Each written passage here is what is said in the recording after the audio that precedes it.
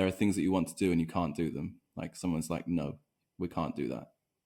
And they might even be right, but it's a horrible feeling being blocked when you're so used to being able to say like, okay, we're pivoting the company today, and like everyone has to just do it, and that's like you get drunk on that power, and then it's hard to go back to like, okay, now I have to compromise. Now people are going to say no to me, and I'm going to disagree with them, and I'm going to think that I actually know why they're missing what I'm saying, but I can't do anything about it because that's how the power structure works at this company. I struggle with that, to be honest with you. Hi everyone, welcome to Journey of the Unordinary, a podcast where we will carry out intimate conversations with our guests to learn about their journeys to where they are today. In each episode, we'll cover where they grew up, what are some pivotal moments in their life, and their approach in life in general. I'm Jackie, a Chinese-born New York City living girl who's perpetually on a hunt for her childhood hometown food from Kunming. And I'm Chuxing, a Chinese-born Sydney living girl who loves exploring life and making meaningful connections. In this season, we'll bring you 10 episodes of 10 guests centered around tech and data. Join us to uncover their unique paths of these beautiful, unordinary people. Find a piece of yourself in their stories and let their adventure inspire your own. Hey everyone, welcome to the 7th episode of Journey of the Unordinary.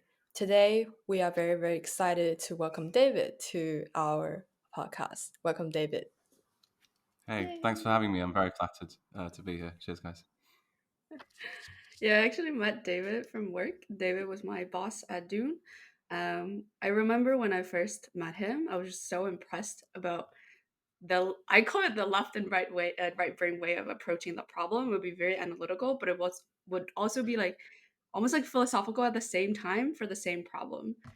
He was really a great mentor and a supporter at Dune. So yeah, very excited to have you on, David, today. Thanks, Jackie. Pleasure to be here. For those who don't know you, can you briefly introduce yourself to them? Yes. Although I was just thinking about this today. We're starting with the hardest question, identity, because I think about this a lot. I keep trying to kind of work out what the narrative thread is in my working life today. But I'm going to trying a new version of it today. So you can tell me how it goes. So like the brief backstory is I'm British. I grew up in Wales, which if you don't know about Wales, you can watch the new Disney series called Welcome to Wrexham. And actually, I know my parents now live very close to Wrexham, so you get a good flavour of the world that I kind of grew up in. And then I moved over to England, and now I'm in London. So slowly moved from a very rural world full of sheep and I don't know, maybe simpler problems to like the world of London with all that London has. And yeah, and then I've just done a bunch of different things, and the unifying thread that I'm trying to pull through it at the moment is it's all about data. Obviously, June, you can see how that fits in there. I think I'm very passionate about the idea that data gives us the ability to understand the world better, and when we understand the world better, we make better decisions. We can solve all sorts of problems. It's a source of leverage for solving all sorts of different problems, and so I keep kind of following this thread of how can we improve our ability to leverage data, and just following that thread where it leads. And maybe at the beginning, and this, I'm kind of abstracting here, but at the beginning I was studying, when I was studying, I was really into science and physics. I did physics and philosophy at university. And like, I think more and more I think about it, I think that physics is really just about collecting data and then just trying to fit maths around it. And then similar thing with biology. Most of my working life, I was the co-founder of a startup called Gyana, and that was a lot more explicitly about data. And we built two different products that were designed to enable, the kind of unifying thing was non-technical people to understand the world better through data. One product was a consumer insights product for real-world consumer behavior that used GPS data from smartphones, and then the second one was like a no-code data analytics product. And that, as with any startup journey, that just took me down many different rabbit holes depending on what we needed to do. Like maybe at one point we needed to solve the problem of acquiring data. So that took me into the world of like data brokers and vendors and building that kind of part of the business. Whereas maybe a different part of the business, the problem was that we had too much data and the infrastructure we had didn't scale. So we went down the rabbit hole of how do you scale like the software? What is the software that you need to build? What is the infrastructure you need to build to process and analyze data at scale? Yeah, and like just like more and more threads like that. And then moving at the last few things that I've done kind of professionally, I was working at June for about a year with yourself, Jackie, and we also worked a lot together, Shushin. And that was just another part of the story, which is like how does the story about data change in Web3, and then also, let's say you build a great data product, how do you actually get people to use it? And at June, the answer to that question was building a community, and I thought that was a really interesting lesson to learn. So there's like, I think when people think about data, they often just think immediately about AI because that's the trendy thing. But there is just so much more to there's so much more to the end-to-end journey of what you need to do to actually, what we need to do collectively to build a world in which it becomes very normal to just integrate large amounts of data in any decision that we make. And I keep just kind of following that thread along. And then most recently, I've been working at a biotech company, kind of coming full circle, thinking about how we can do science in a way that is more driven by data rather than driven by, let's say, hypothesis, for example. So I hope that kind of makes sense. Yeah. Yeah, that's really cool. So if you had to do the thread between data and sheep, I guess it feels like you're counting sheep already as your child. It's like early days, you're already connecting the dot between data and your life sheep. Yeah. Yeah. Yeah. Yeah, I'm curious, like now having worked in Web 2 and Web 3 data both, and then going back to even, let's say, like biodata, like very specific, like field data, Yeah.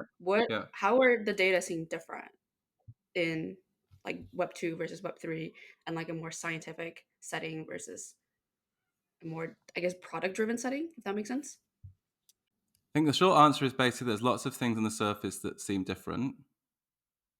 And I think I've maybe in the past more noticed those, but the more and more I look at it, the more and more I see it's really, there's so much in common when you look under the surface. And also like, there are lots of different, there are like some core problems that I think are universal to all these different industries, and also problems that people aren't seeing. I mean, just to talk about like obvious differences, like what's an obvious difference between, let's say, crypto data and biological data? Well, crypto data tends to be structured, or at least at June we were structuring, and I think that's reflective as well of like the underlying data model as well of like the EVM, for example. Whereas biological data is text. It's A, G, C, and T if you're looking at DNA, or it's the 20 amino acids if you're looking at proteins. I mean, that's not always true, to be honest. Like that's if you're looking at sequencing data, but of course, if you can run an assay where you like take 1,000 variants of a protein and then measure like different things about it, and then that looks a lot more like structured data again. But I guess there are like lots of, there are lots of surface level differences. Like at Gyana, for example, we worked a lot with geospatial data, and geospatial data just has there's a whole world of things that you have to worry about, because lots of the assumptions that you make about data in a kind of one-dimensional context, like crypto data, for example. So, for example, time is one-dimensional. A lot of those assumptions get encoded into the way that we build our data platforms. And those assumptions fail for higher dimensional data, which means that most data platforms just really struggle with geospatial data, because geospatial data is two-dimensional. But it's two-dimensional, and it's also not even two-dimensional Cartesian. It's two-dimensional. It's a curved surface because the Earth is a sphere. And so that's a problem. I mean, this sounds like a theoretical thing, but it really was a big problem at Gyana, because we had a huge amount of geospatial data, both in terms of points describing the positions people were at, and then we had a lot of polygons that described regions in the world, which could be like the outline of a store or like a shopping center. And it sounds really simple, but I mean, we did a lot more sophisticated stuff than this. But like the simplest question you wanted to ask was whether a person was in a particular shopping center, let's say, which is, it's a type of join. That's what it is. But it's a lot more intense in terms of the resources you need to bring in it, and also it will break. Like if you do not design the system specifically for geospatial data, if you don't index it, for example, if you place a geospatial, you don't place place a geospatial index on it, it will be an n by n query. It's an n squared or n squared query, and it will never finish. So like, it's just a whole world. And then how do you? I'm not going to do too much of this, but for example, how do you build a distributed geospatial index, and how do you scale that, and yada yada yada. So like, that was a whole world that took me down. So that's like here are the surface level differences, right? But then if we go like deeper into the what's the same bit of it, this is something. This is kind of much. These are new thoughts, so they're very raw. So apologies if they don't make any sense. But what especially working at this biotech company, I've been thinking a lot about what is science, because I guess like within the company there have been some debates about how we do science. There is like, I noticed a general trend in science in general about this debate about how we do science. One way it's put is hypothesis driven versus data driven. So do we try and have a theory about how the system works, and then we design an experiment, and then we measure what happens, or do we just go and collect a shit ton of data and then we analyze the data? Like, it's very much like the old way and the new way, and it's really it's very much paradigm shift, and as with any paradigm shift, it causes it can be quite an evocative debate, let's say. I guess I see that play out in many different places. I think one thing that I've been thinking a lot about recently is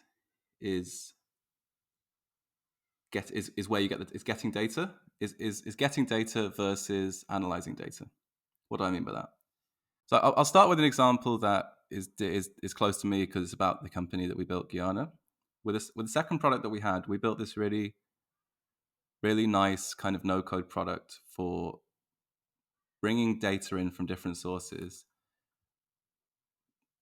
building what is essentially SQL queries, but in a no-code way. It was like a drag-and-drop workflow style interface, and basically each node in the workflow corresponded to like a join or a filter, or you had a formula language and all that stuff. So you really had almost like the power of SQL, but it was a lot more maintainable because people without SQL ability could use it. And then like a dashboarding thing. And so much about the product was good, but the thing that made us struggle was that it was very hard for people to get data in. They wanted to bring in data from their Google Analytics, from their Facebook ads, from their Google ads, and like every single connector would be a huge amount of engineering work to do. We tried building it ourselves, but we just didn't have the resources to do that. We tried using off-the-shelf solutions. There's a company, for example, like Fivetran. There are some newer ones as well, but they were just nowhere near what. They were very clunky solutions that kind of worked for the enterprise customers with their target market, but were just totally not suitable for what we were trying to build, which was a more like a product-led growth-based SaaS. And one of the takeaways I had from that is that it is a lot of people. I think I've seen this a lot with people trying to build tools for data. People assume that the hard part is building the tool, but in my experience, the hard part is actually getting the data in.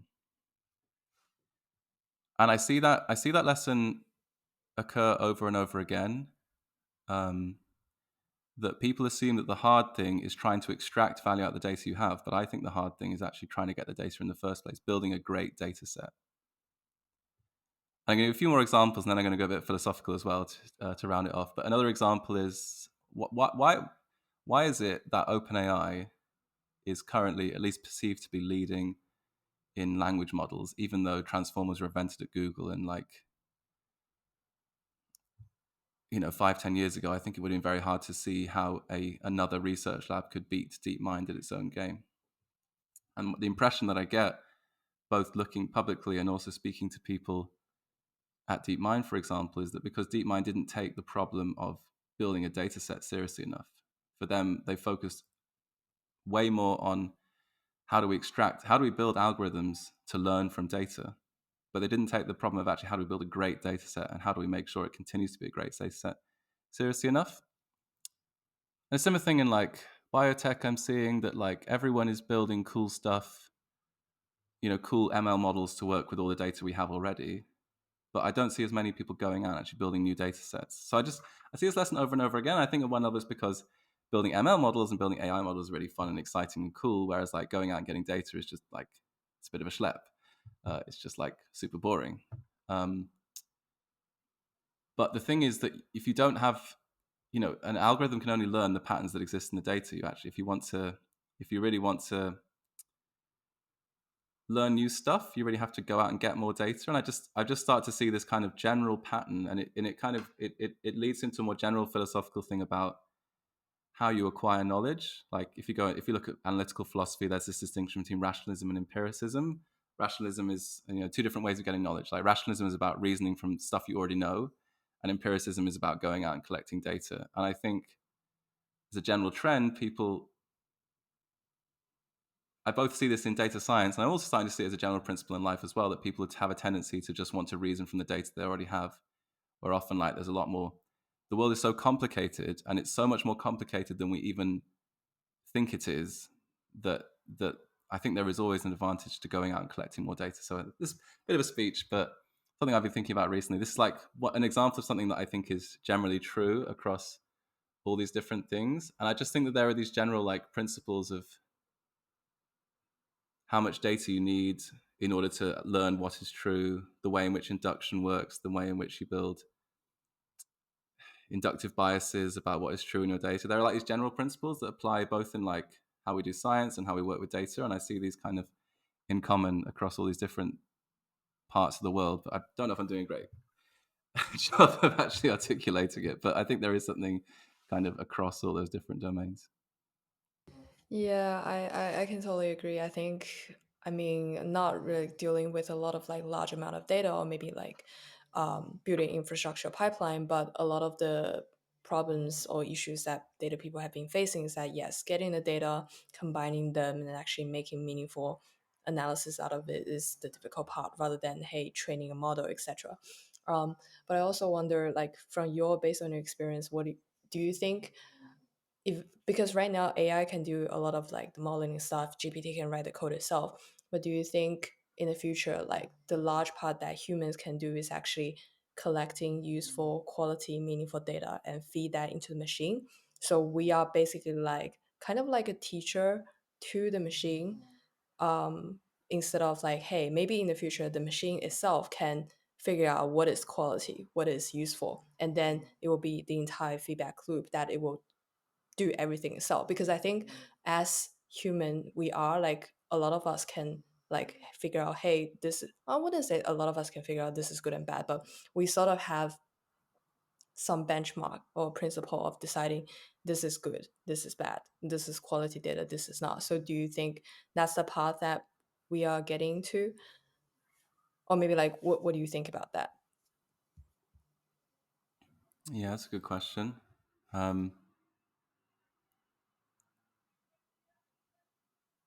I think I probably agree. I definitely agree that I think in many domains the limiting factor is no more the learning algorithms, it's the availability of data. I definitely agree with that. And I think right now, I think that's where the opportunity is. Like if we're thinking about building things, building businesses, if I was to bet on what will the entrepreneurs who really are successful, what will they do differently? I think they will find innovative ways to build data sets no one else is building, because the learning algorithms and the expertise, it's not commoditized, but it's getting there. I mean, there are still barriers to entry. It is expensive to train these models, but like I do think that there is. I think yes, it'll be about data, but I also agree with you that in the longer run, I don't think we should. There's no particular reason why only humans can work out which data to collect. Um, I mean, in a way, what we're doing, what's happening right now with learning algorithms is that we're kind of offloading the process of induction to machines. Um, I've started reading a little bit. I always think that when if you want to understand something, it's always good to like read about what people were saying when it began. So if you want to understand science, you should go and read about what people were saying when science was a new idea, because they probably did the best job of articulating it. And so the guy who really articulated the idea of science is Francis Bacon back in like the 17th century. So I've been reading some of his stuff, and he kind of talks about the scientific method. I mean, it's not. He kind of talks about how the point about science is that we just need to collect more data, and also be and also be a lot more cautious about what we infer from it. Like his point is that up until now we don't collect very much data. Like we just make a few observations and then we make these big generalizations from it. And he's saying, no, you have to collect way more data. He doesn't say it like this, but this is what he's saying. And then you have to try and infer way less from it. And that's kind of what science is like. It's about collecting data and then trying to infer something about the world that is true. And like in the past, because human beings, how can we describe how the world is? Well, one way is that we can describe it in terms of like ideas and concepts. We're not even really clear, or language. We're not even really clear what those mean, but because we all kind of get it, we can communicate about it. And then more recently, we kind of invented mathematics as another way to describe the world.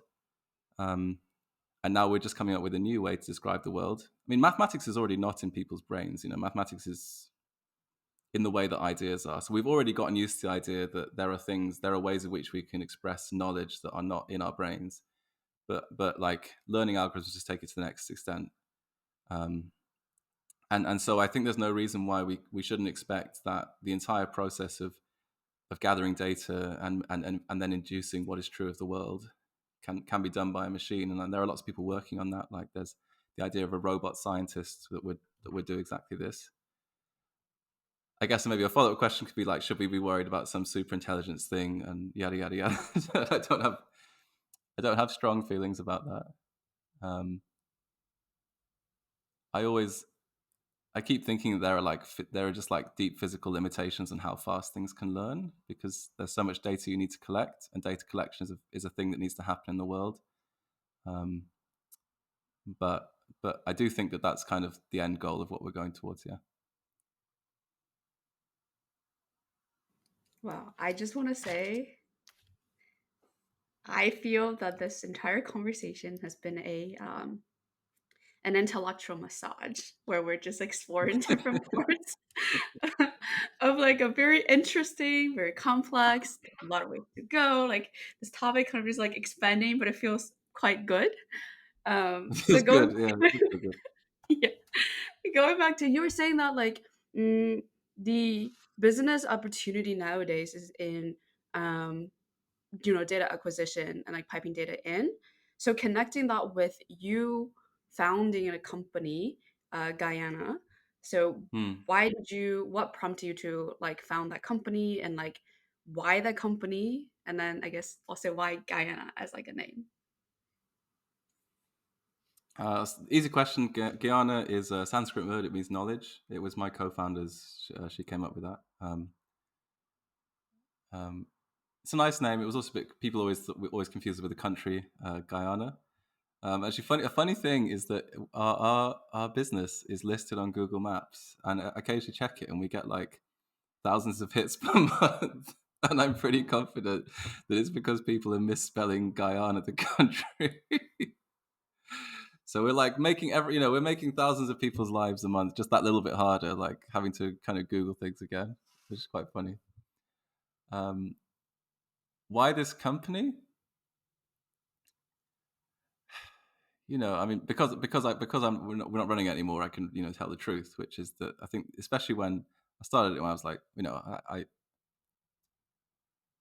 or at least I became part of that journey when I was like 22, 23. So I was just so young that I wasn't really capable of making extremely rational, objective decisions. I was mostly just driven by like my emotions and my ambition. I'd done a 4-year undergrad in physics and philosophy. I started a PhD in computational biology. I thought that's the way I wanted things to go, but I just very quickly realized that academia wasn't for me. I mean, I say that very rationally right now. At the time, it was a lot more of an emotional thing, and I couldn't really understand. All I knew is I wasn't happy. I did actually have an experience that I think probably had a deep effect, deeper than I realized, which is that at the end of 4th year at university, I went on a road trip to America with a couple of friends. And we started off in San Francisco, and like on the 3rd night or something, we went to a bar and just had a drink. And like 3 entrepreneurs literally came in and sat, or entrepreneurs, I don't know. I imagine, I don't know how like typical this is in SF, because I haven't spent that much time there, but they literally came in, sat opposite us, and they just submitted a patent after 6 months of work. And we started talking to them, and I mean, they were just talking in a way that nowadays I find very normal, but for me it was such a revelation at the time, which is that they were like, a phrase that I remember was like, we're going to build. I want to build the world that I want to live in. Like the idea that you could have that audacity to really do something, whereas it felt like academia, we were just tread. It didn't really feel like we were doing something. It didn't feel like anyone had the audacity to actually do something, and I think that's what really stuck with me. And so when I met my co-founder in the business school, I just realized that in my heart, this is what I wanted to do. I wanted to really throw myself out there and get hurt, which I did a lot doing a business. Not sure I recommend it. No, I do, but yeah, I guess that's kind of what happened. Wow. I wonder, was it always like that when you were even younger, that thinking of building your own business, or is it just that moment when you were in San Francisco and that hit you that, oh, I wanna be a founder and have my own business? Yeah, I never thought about being an entrepreneur. I mean, it didn't even occur to me as an option. For me, I just knew I was going to be a scientist from like the earliest age. A combination of both my parents being scientists and also going through school and like just naturally doing well at maths and science. It just, I guess I had no exposure to other kinds of career paths. I had no idea what it means to build a business. I literally just had like zero exposure. The only thing, I think the only experience I had of business is that in like the penultimate year of school, we kind of had like a 2-day business day, or like 2-day kind of business thing where we did lots of things that made us feel like we were running businesses, and I was rubbish at it. And I thought, okay, well, I'll never do business. But in retrospect, what we were doing there just bared so little relationship to what I would now actually nowadays considered like building a business that um, yeah, so that wasn't really very helpful. So no, and actually because I very much had like this natural disdain for entrepreneurship and business building, and it took a lot of time for me to kind of work through that in my head.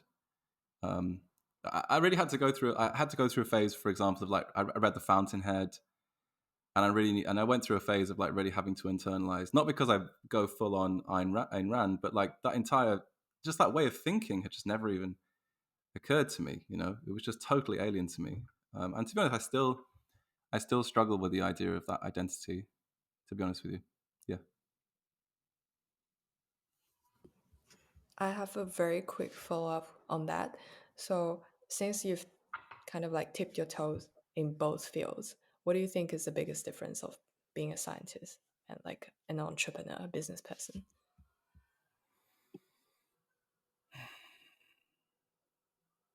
That is a really good question.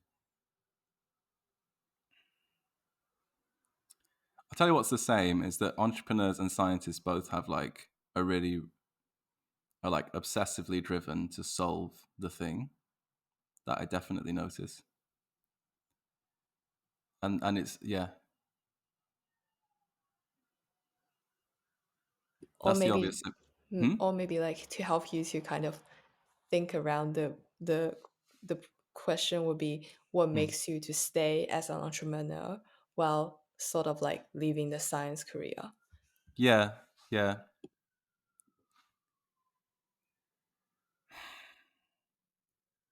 Yeah, actually, that's actually a really helpful way to put it. I think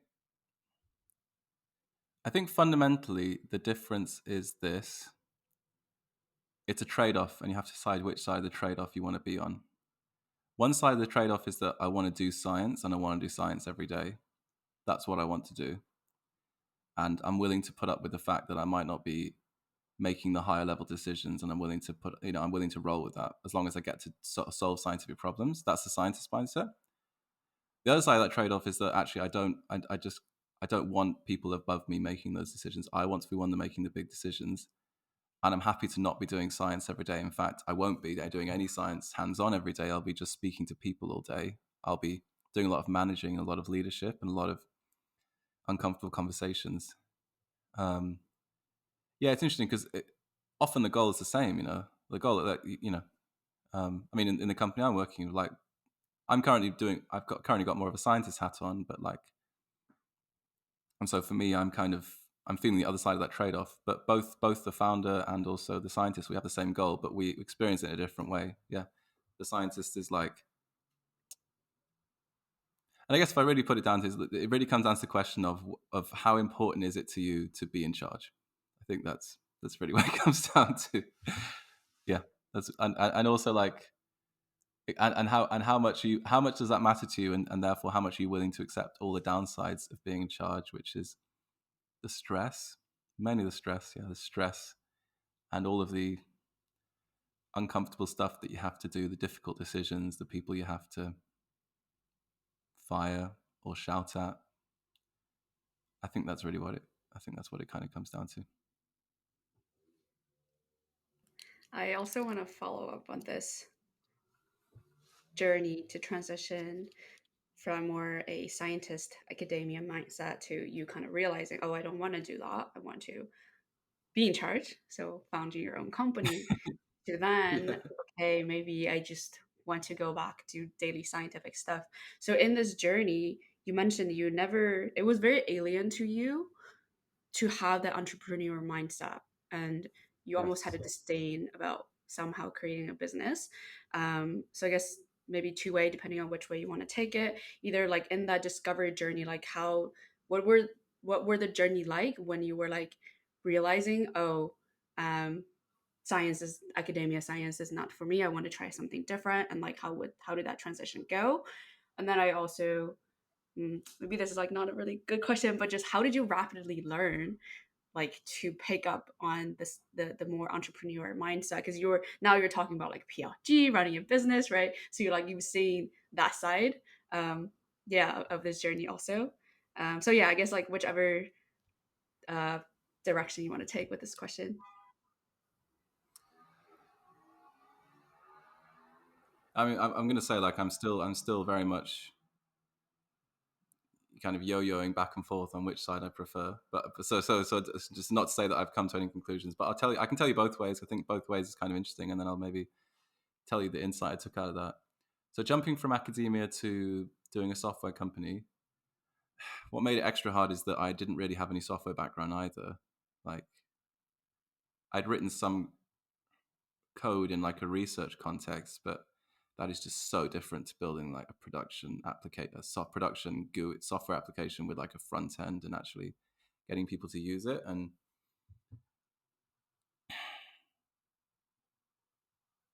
not that we actually thought that's what we were going to be doing. We thought we'd be more of an AI company doing like building models, and that's not what happened. So I guess that's a good example of like how you just adopt to the reality of the startup. Honestly, the simple answer to it is that it was really hard. And if I didn't so badly not want to fail, I probably would have stopped because it was that hard. It was just awful. Um,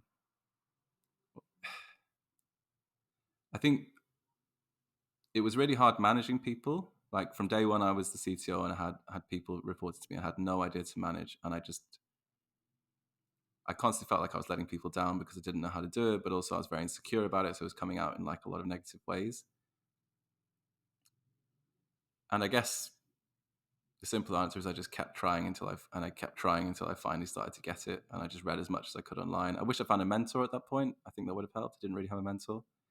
Um, and maybe we'll come back to this later, but like I now understand in retrospect that those experiences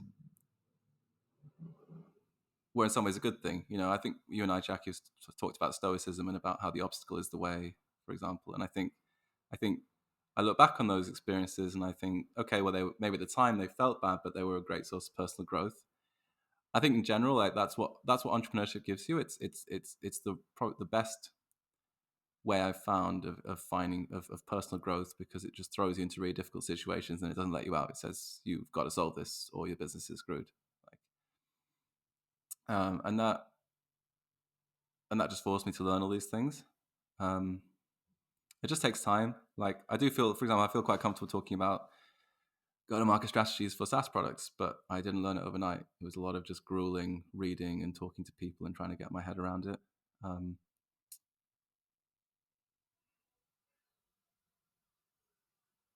Then yeah, then going the other direction, going from like the entrepreneurial world back into science. It was really fun at the beginning. I was like, oh my God, I feel so free. I have no dependencies. Like no one can tell, no one, I never have to have any meetings. I don't have to manage any people. I can just spend all day at my computer learning about science, writing data science code, analyzing interesting data sets, kind of improving my understanding of how the natural world works, which is something I really get off on anyway. That was really nice. But the thing that is kind of creeping in the back of my mind that I can't ignore is like I need a challenge. Like I feel under challenged, and then also I feel like I feel like I'll regret if I keep just doing this kind of pure science thing and don't push myself to be uncomfortable, then I won't grow, and then I'll regret that.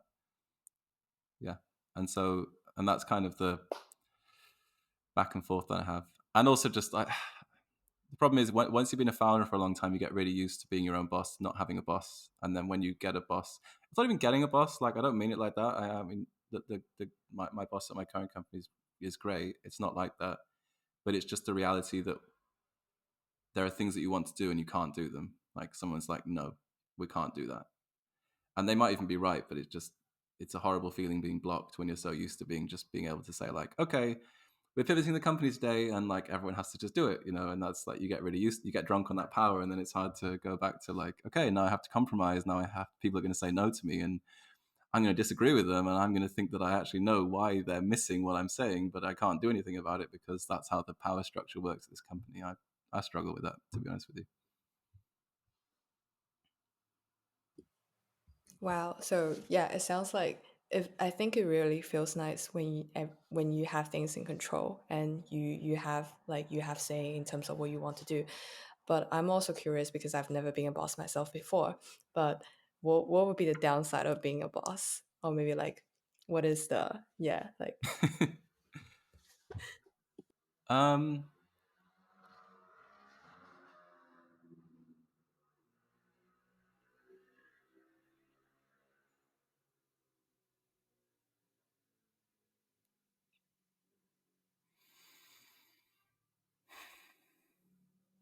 it's just responsibility, I guess.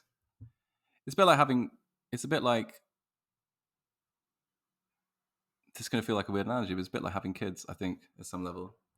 Like when you have kids, you before you have the kids, you don't have to worry about when you get up in the morning, if there's breakfast on the table, or like what time they go to school. But once you've had kids, every single day you just have in the back of your mind, you're thinking about when you have to pick them up and what they're going to eat for dinner, and you're thinking about the way that you're behaving because you know that they're going to follow that, and so you're just constantly being self-conscious and thoughtful about all of those things, and that's a responsibility. That's what honestly, I more and more believe that the definition of being an adult is being responsible. Like that's what is being one of the people who takes responsibility for other people, whether that's like kids or employees or whatever. And being a boss is like that. Like you constantly have to think about those things, and I think it can just weigh on you a lot. Yeah, it can, and yeah, and you just have to do difficult things. Like when you're an individual contributor, you can just moan a lot and worry about Whereas when you're a boss, you have to start being the bad guy and telling people off when they're not performing properly, and you have to fire people, and just all those difficult conversations. Um, you more and more just have to kind of maintain a professional distance with everyone with everyone who reports to you, because in the long run, that's the way to do it. Which just and I guess it just means it just changes the way work, the experience of work for you. It becomes more like work for all the reasons I mentioned. Yeah, yeah. A lot of our conversation, I feel like, comes back to balance. So, curious, you were mentioning how you're like comfortable, but you're like actually uncomfortable with being comfortable, right? Because you're like, I want to push myself.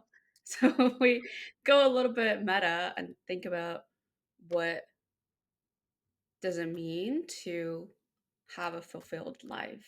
Like, what do you think about that? Like, comfort versus like pushing yourself to learn, and many other things like, responsibility versus, I think as adults we always talk about like childlike joy, And then like you gotta balance. You can't just be weighed down by responsibility all the time, right? Then you're like not happy in life.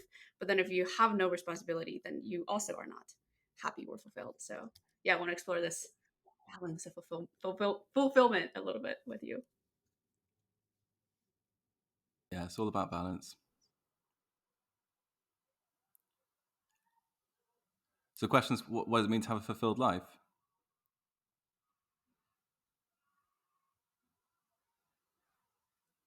It's interesting. If it's just about that, because there are lots of other aspects to happiness. How I feel today. Do I feel in a good mood today? Like there's the kind of like how I feel right now. I don't know what that's called. There's a word for that. Emotion maybe. And then there's like the general like my mood over time. But if you're actually just talking about fulfillment in the long run, I really think it just comes down to like looking back and thinking that you kind of that you took on difficult challenges and you overcame them.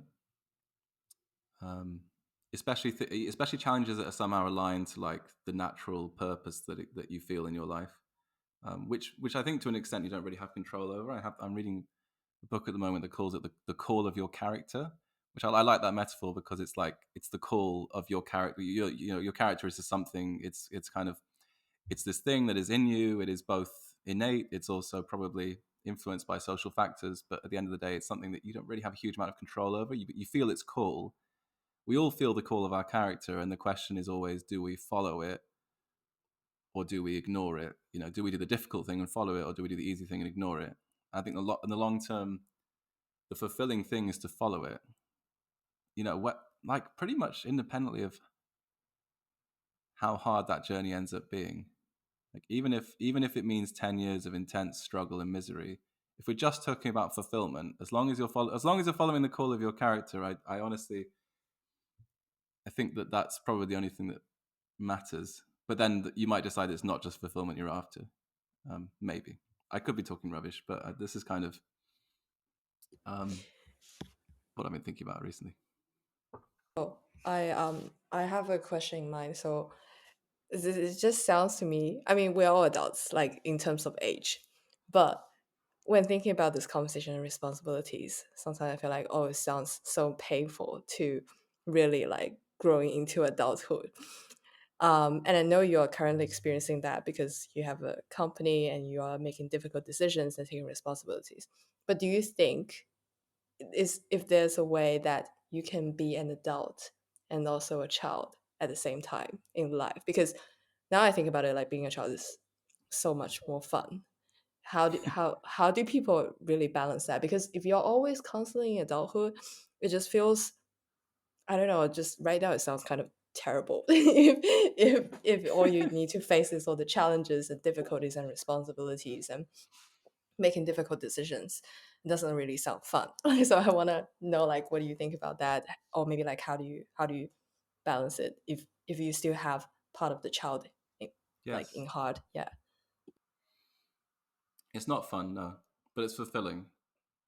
And I think as you get older, your values shift, and fun becomes less important. Fulfilling becomes more important. I'm not saying fun is important, but it's just it becomes less important. Like whereas for my daughter who's 2.5, I think she just cares about fun right now. Like that's the only thing she cares about. Um, yeah, I think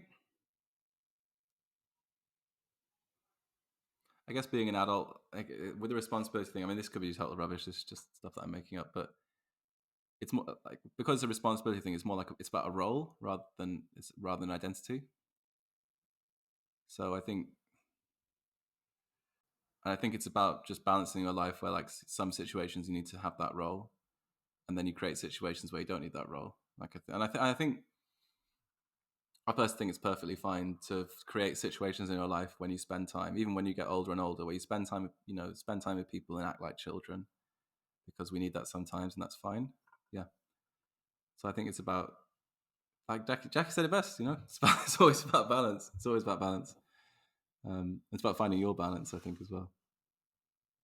I want to ask you about the character, the calling of your character. So what do you think your calling or the I forgot the call of your character is for you? I mean, I think it's what I said at the beginning, like this kind of data thing. But I think that's what's surprising about the call. I mean, that's why it's a really good example of how it's so you don't really have much control over it. If I look back, there is actually this clear narrative about it, but I didn't understand it, but I felt it at the time. So but I think if I put it like that, like the call of my character is to, make sure everyone can use data. I mean, that's obviously that's a ridiculous thing to say. That's not what it is. I guess I don't know. Like, and I think more and more I've stopped trying to interpret what it is. Like you've asked me here to say what I do, so I've tried to come up with an interpretation of it. But I try not to um, put words to it. I just try and get better at listening to it, because I've learned the hard way that if I don't listen to it, I regret that, and I just trust that it's going to take me to the right place. I think.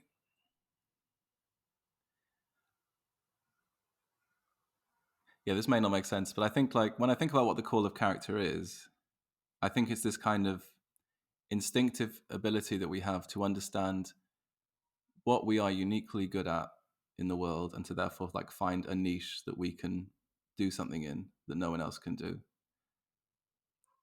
I think that's kind of what it connects to, if that makes sense.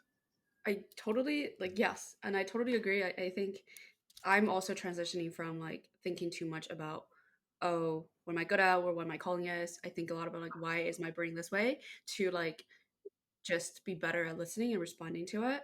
So I guess I'm Yeah. curious, how did you, any advice on like how to better listen to your calling, or yeah, like how to follow and responding to that intuition?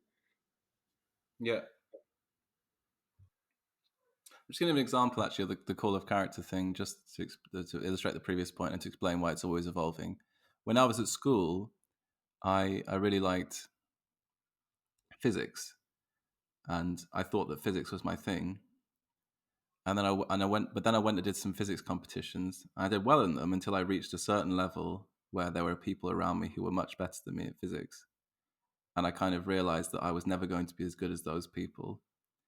And and I guess just like subconsciously, the call of my character kind of shifted and said, okay, well, why not physics and philosophy? Like, and it's just like it's like this cat and mouse game of like you try to find a new domain, and then you see how good you are compared to other people, and if you feel like it's going well, you keep going, and then once you start to feel like, okay, actually I can't be the best at this, but there's some other domain in which I can, there's some other aspects of my character that I'm good at.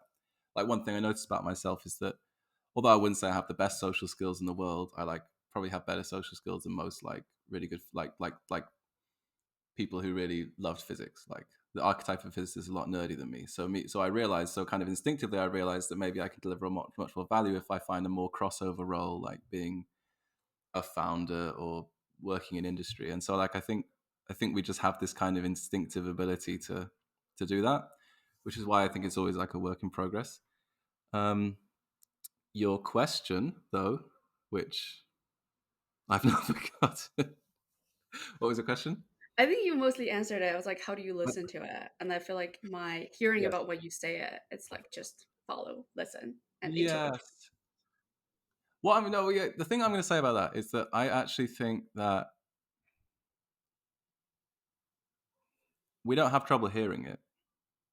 In fact, in many ways, I think we do whatever we can to, like, a lot of problems that people have, like, for example, a lot of addictive behaviors we might have, like anything from like serious addictions, like, drinking too much, maybe to like, more benign things like spending too much time on social media or watching too much TV, are often ways for us to ignore the call of our character. So I don't think the hard thing is knowing what it is. The hard thing is actually listening to it.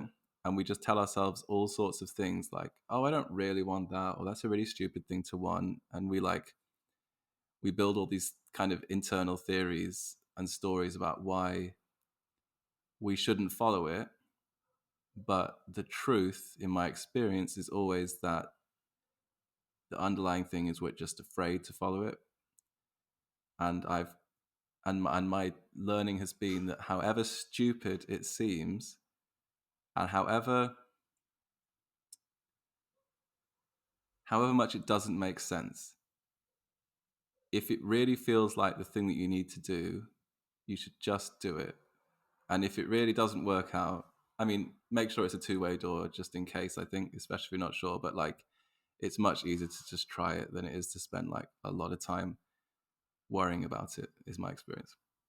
So we talked a lot about work, and now I'm actually curious, like, what is David like outside of work, and also how do you operate? Yeah.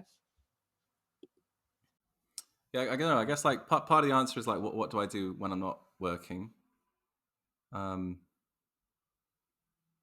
Which someone asked me recently. I don't know how to answer this. I don't have any hobbies I don't think per se, because at least right now I'm in a place in my life where everything I'm doing, I'm just thinking about how it feeds into the bigger picture of where I'm trying to go in my life. But maybe that's just a temporary thing. I don't know. I mean, I have a daughter, and that takes up a lot of time, like being a parent. And then I just try and, I think the most time I spend not working, I just try and socialize with friends and family, and I find that very rewarding. Um, and then I do work a lot, both at my job, and then I have like variety of different side projects. Because for me, like this is thinking about like the stuff that we've been talking about, thinking about the bigger picture of okay, what is like thinking about what is in common between the different things that I'm working on. For me, that is like that's my hobby. You know, that's what I actually really enjoy doing. Um, in terms of like how I am, I have noticed more and more that I'm maybe a different person, like in my personal life versus like in my professional life. Maybe I don't know. I don't know if that's true. What made you say so? That you said you're different in your professional life versus your like daily life. I guess I know that in order to build like to build a successful company, I guess because all the work I do is always either running or working for like early stage startups, so that's what it ends up being. Like I know that there are like a bunch of things that there's a whole like attitude that you have to have about your work to really be success, like to really make it work out. Like you just have to be like when you're talking to someone. If I'm talking to a friend, I'm just going to have a casual conversation with them. If I'm talking to someone in a company setting, I need to know something. I'm going to be quite aggressive about asking difficult questions, you know. And so I think I'm a lot more willing to just a lot more willing to get uncomfortable in a professional setting, and I'm a lot more like I drive things a lot more. I'm quite aggressive about timelines and moving things along, and it's just like I guess it's just a whole set of norms that I have to adopt in order to to to make a business successful. It's almost like a persona, right, that you put on. And I noticed that persona becomes more and more separate from my identity. Um, one thing that I've learned a lot about this year is like kind of pulling my emotions out of my work persona.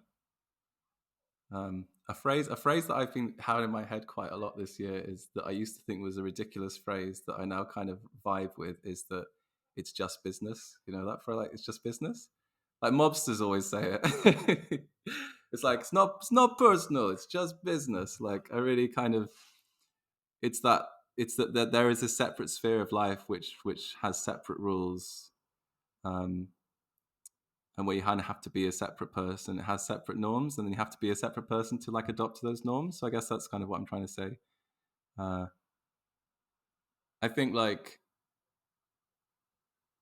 and this is probably true of a lot of people. I think my friends would be surprised to see the person that I am in my work, and vice versa. And also like, I have a few people who've made who've transitioned, especially from being colleagues or even employees to being like friends, especially from the first business. And my relationship with them is like in some ways it's the same, but it's changed quite a lot. Yeah, it's quite interesting to see that transition. Yeah, yeah. It's very nice when you're like when you say, "Oh, I don't have hobby," but it's so nice because I think this is a sign that you found something that you want to do, right? So that you do it at work, side project outside of work. So I don't know. I actually find that like it's a quite nice thing to be able to like say that your life is consistent of this like one theme, and then you're just exploring that theme right now? I think I really have. I'll tell you what, I have a problem, which is that I can't do side projects because I just get too invested in them. Like I either I can't. It just becomes the thing for me. Like so, I really I honestly I struggle to have more than one project in life because I get too emotionally involved in it. I think. Um, I'm not saying I don't do anything on the side. Like I do. I mean, I do like the things that most people do. Like I read and I watch TV, and I go to the movies and I do stuff like, and I play football occasionally. Like I do these things. Yeah, I do these things. But I don't have some big hobby. Like I'm not training to be an airline, and I'm not learning how to fly or something like that. You know, I don't have these kind of like big. Um, but I wonder if maybe I should. I do wonder about that. Yeah. And also like most of the things that I do in service, I guess, in service of like my you call it my career or like my work ambitions. Like I exercise a lot, but not because I inherently think exercise is fun. I just think that I just know that if I'm fitter and healthier, then I'll be able to, yeah, yeah. I don't know. It sounds odd to say it out loud, but I think that's the reality of it. Yeah. Is there anything that you still want to achieve by the end of this year? I mean, which is probably just like 2 months away.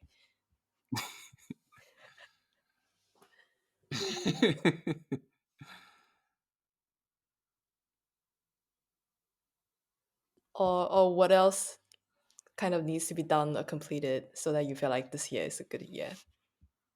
No, I mean, nothing really that I specifically want to get done this year. Like I do have different projects ongoing, but I wouldn't expect them to happen in that timeline, and expecting them to will probably just stress me out. Um, I I get stressed out quite easily, so I make a lot of choices in life that minimize the amount of stress that I experience. Which I know doesn't, which kind of sounds weird because then I'm also saying that I'm, you know, have been and maybe again want to be a founder. But I think even if I was to be a founder, I would still set up my life in a way that would minimize stress. And one thing that really does create stress is like unnecessary deadlines. That actually just reminds me. So I think earlier in the conversation, you mentioned that like before you made a lot of decisions out of like emotions, and now you're kind of like trying to be more rational. But yeah, like how do you actually make this kind of transition? And how do you know when you're making at the time when you're making the decision, it's like rational decision? First, I just want to say when we say rational, of course, I often when we say rational, it kind of makes us think of like cold and logical. And but you know, just 10 minutes ago we were talking about the call of character, which is a very or you can think of it as like is that rational? Um, um, I'm still not really sure if I'm that great at this, to be honest. So I'm not sure what I would say. I think probably the most powerful thing that I've started to practice is just for any big decision, leaving a certain amount of time for that decision and checking in and seeing if I still feel the same way about it. Um, I think that's actually. I think just historically, I've been a lot more impulsive. I feel like I want to do something, and then I just do it, you know. And I think for small things, that can actually be a really good thing. Like if you're a founder, a lot of the time you just need to do it rather than think about it. But for big decisions like changing job, or big personal decisions, um, taking time to think about it. That's one thing. And then another, I guess, like, especially when thinking about longer term decisions, trying to step back and think about this is, I guess, a rational process. Rather than thinking about how I'm going to feel in like the next 3 to 6 months, especially if it's a decision that could affect me in the long term, like really stepping back and thinking logically, okay, I know that in the past, when I've done this, this has happened. Like I know I have that experience. I know that. So even though it feels like I really want to do this right now, I know I have that experience. And I guess those two things play together, because like often, I'll think like, I cannot tell you the number of times I've thought in the last 2 years, oh, F it, I'm going to stop and I'm just going to start a new business right now, because I just naturally have that drive to do that. And that's just because I'm very impulsive. I am actually quite, emotional. I can be a very emotional, impulsive person. I'm very ambitious and very driven, and I just want to, and at some point I know I want to do that.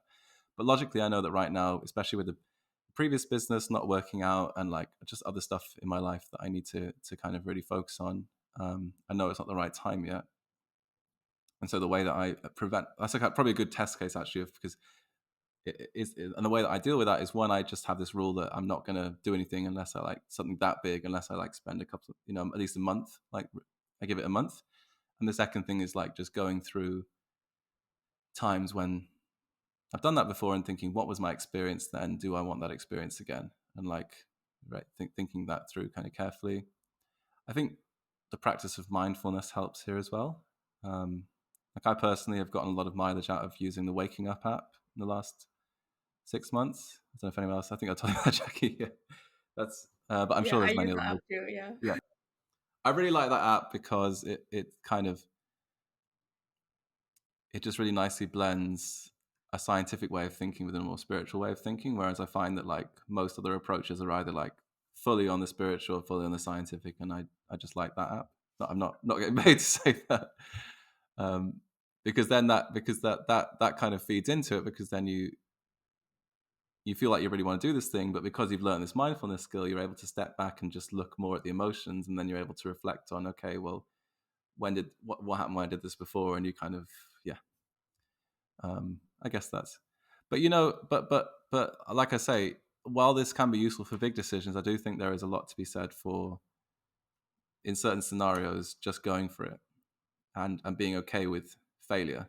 I think that's a big thing, right? Sometimes we make decisions and they go wrong, and we think, oh, I made a bad decision, I never want to do that again.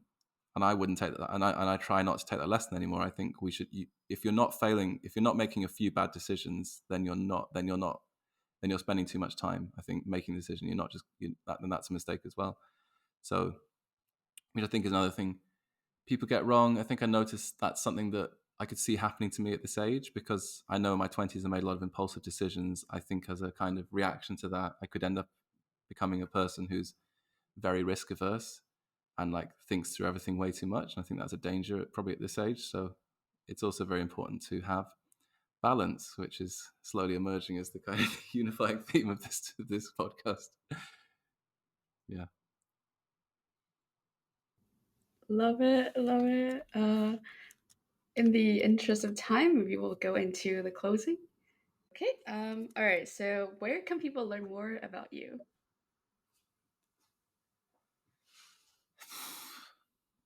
I've got a website. I guess that's probably the place. Links out to a few things that I've written. Yeah, probably go with that. At this point, probably this podcast will be the best resource. So listen to this. Is it davidkell.com? DavidKell.io. Yeah. .io. Got it. Yeah. What do you want to learn from our listeners, or how can our listeners help you? Oh, yeah, I don't know. I mean, I think it would be quite interesting. I've had some amazing conversations with people, especially in the last couple of years, where I've just learned something I didn't even expect to learn. But we've just talked, and they're like, oh, that's like this, that's like that, and I just didn't even know about that. So I think I love that. I love hearing about things that I'm not even thinking about, but someone hears it and they're like, well, you should obviously be thinking about that. I think in terms of how our listeners can help you, I mean, I'm not really selling anything or anything. I think I am. I am just still very passionate about what I said at the beginning, which is this. I mean, I need to come up with a better word for it, but like the whole like how do we use data thing, and I think. And right now, I'm kind of focused on the application in science. That's what my current job is about. But I'm just thinking, and I don't know if I'm going to go deeper into that world. So I think that's really exciting. I think there's a lot to be done there. I think there's a lot of really neglected parts in that area of the world. But I just think in general as well. So if you are, I think this goes both ways. If you are trying to do something innovative with data, building and most often that's building a business, building a startup. I've spoken to 100 plus probably founders who are building that space, both because people have reached out to me after we shut down Gyana and wanted to learn what we learned, which was really great. And I've had some amazing conversations, and I've worked with some amazing businesses through that, like most notably Graphy, which is a company based in London, who are awesome, and I've been doing some work with them. We just shared some stuff on Twitter about that. I've just seen so many, and also then working at June, we had huge numbers of customers, and we also had this API program where we were talking to lots and lots of companies building Web3 data products, because in order to get the data in, they needed some source of the data, and the June API was part of that. So we spoke to loads of companies through that. So if you're thinking of building or are building this space and you want someone to bounce ideas off, then reach out, please, because I love talking about this stuff, and I think there are so many underserved opportunities in this space. There are so many like hidden bottlenecks, like things that people don't realize are the real reason. Everyone's like, why is it that there is no good tool that allows people to collaborate on data in a company? Like, why is it that still in 2023 data is just so siloed? Like,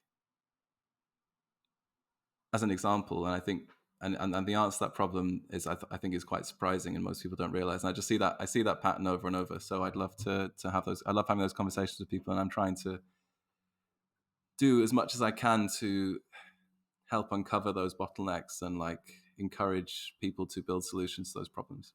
Sorry, that was a total ramble, but I hope that makes some kind of sense. No, I mean, I love it. It's like we're coming back full circle. I can totally see the passion of your call, your character. Yes. You're just Yes. like data. How do I solve data Yes. problems?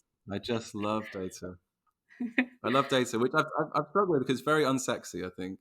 Like AI, that's very sexy, but like data is just not sexy. But maybe it is, I don't know. Maybe that's just in my head. Well, thank you, David, for coming on the pod today. It was great. Okay, I'm well, calling this a intellectual massage episode. thank you. Yeah, it was such a pleasure to chat to you both, and I love that you're doing this. Thank you for joining us on this episode of Journey of the Unordinary. If you haven't already, please subscribe so you won't miss an episode. You can find us on Spotify, YouTube, Apple Podcasts, or wherever you are listening right now. Also, if you know someone who might enjoy the podcast, please share it. If you like our conversation, please help rate it and give us a review so others can discover the podcast and join us on the same adventures. Join us next time as we carry out intimate conversations with our unordinary guests to discover their journeys to where they are today. See you next week!